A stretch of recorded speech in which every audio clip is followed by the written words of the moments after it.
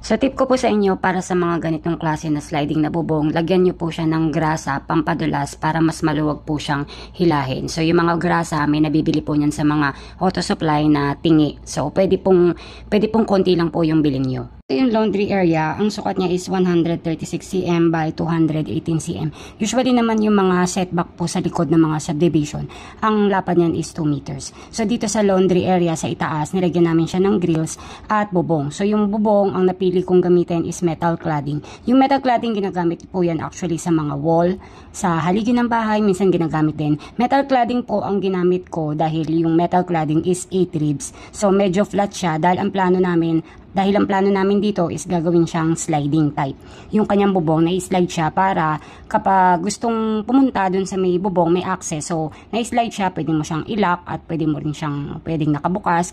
Kung gusto mong mainit, maarawan yung mga labahin or sampayan. So, yan yung idea namin dyan sa laundry area. So, ang ginamit namin na mga grills is tubular na ang sukat is 1 by 1 at ang thickness naman is 1.5. And then bago namin siya tinap coat ng pintura na enamel, kailangan lagyan muna natin siya ng metal primer para hindi mabilis mabakbak yung pintura at hindi siya mabilis kalawangin.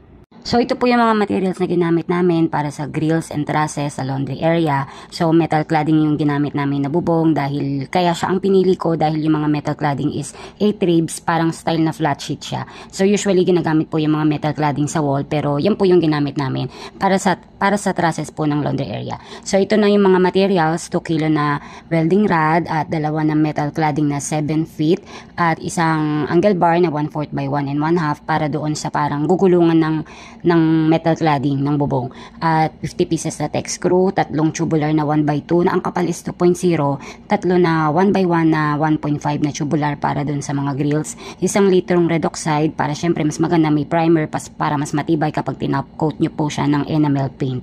So 2 roller brush na size 4, 2 bote na paint thinner, 2 paint brush dahil minsan mabilis matuyo yung mga paint brush at 2 litro na QDE white, so white yung napili namin na pintura, 2 silicone clear, tapos 1 box type gutter.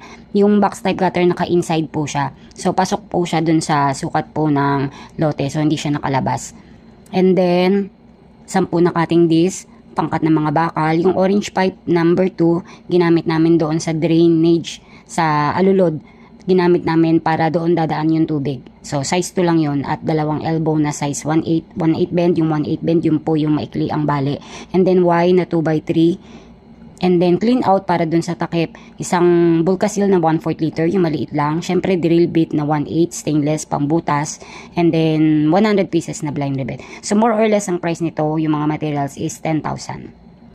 At para meron din kayong idea, so more or less, mga 3 to 4 days bago matapos po yung ganitong project. So yan lang naman ay estimate namin kung gaano siya kabilis gagawin, pero depende yan sa makukuha nyo pong skilled na welder. Mas maganda talaga kung ang kukunin nyo is manggagawa. Yun ang forte po talaga nila is welding. So ang ginamit namin na pagulungan doon sa bubong na metal cladding is angle bar lang na ang size is 3 mm by 1 and 1/2. So hindi na kami gumamit ng roller guide.